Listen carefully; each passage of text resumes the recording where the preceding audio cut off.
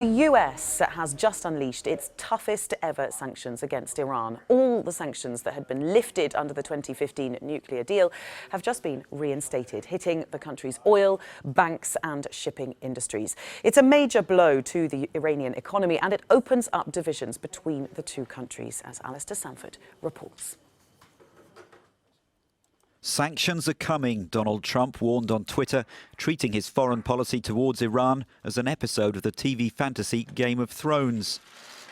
His administration pulled out of the landmark 2015 nuclear deal, the president calling it horrible and one-sided as it failed to curb completely Iran's nuclear development or stop it meddling in neighbouring countries. From Monday, all sanctions previously removed under the deal are to be reimposed. Tehran has remained defiant, saying it can weather the impact. The anti-Trump message was rammed home on Sunday at a government-organised rally in the capital to mark the 1979 anniversary of the occupation of the US Embassy. State media says millions turned out across the country to demonstrate. The figure can't be confirmed. But many Iranians are also angry at their own government for its handling of the economy.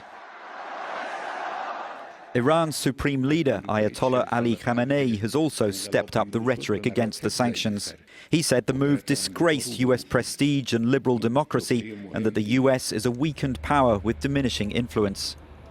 The US has been gradually reimposing sanctions, but today's measures target core sectors of Iran's economy.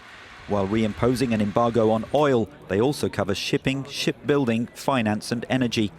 Meanwhile, EU states that backed the nuclear deal have said they will protect EU firms doing legitimate business with Iran.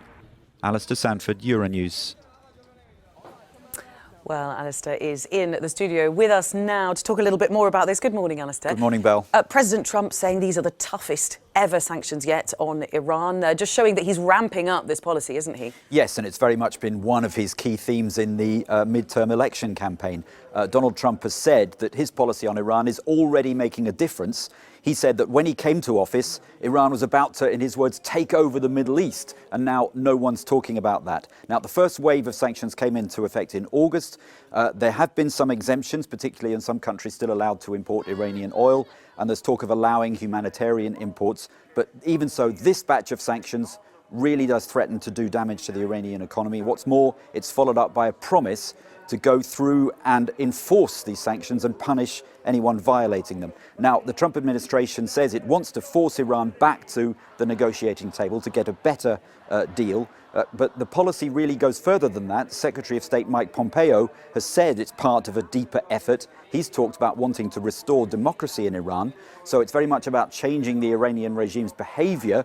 Some say the unspoken policy is actually to go further than that and seek regime change. It's also, of course, very much about dismantling the Obama legacy. The 2015 deal was one of the former president's greatest achievements, really. It allowed for billions of dollars in sanctions relief in return for curbing the nuclear program. Supporters say it was no pushover.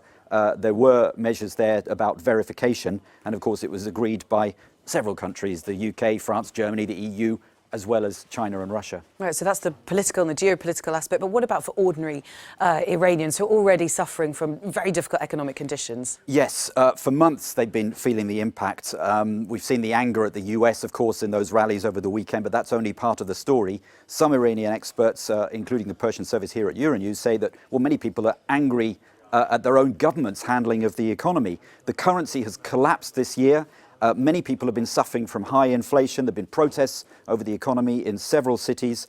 There's now worries that the sanctions are going to compound that and are targeting people doing business with Iran abroad, and that's being seen by tradespeople shunning Iranian goods. There are reports that things like carpets and caviar, well, people coming across that are going, oh, that's from Iran, we can't deal with that.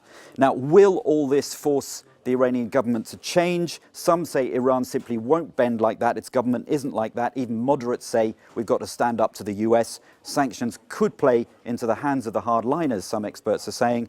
Also, critics say there's a danger that even things going further, if Iran says the deal is dead, then it may plough on with trying to revive its nuclear weapons program, and that, of course, would defeat the whole object of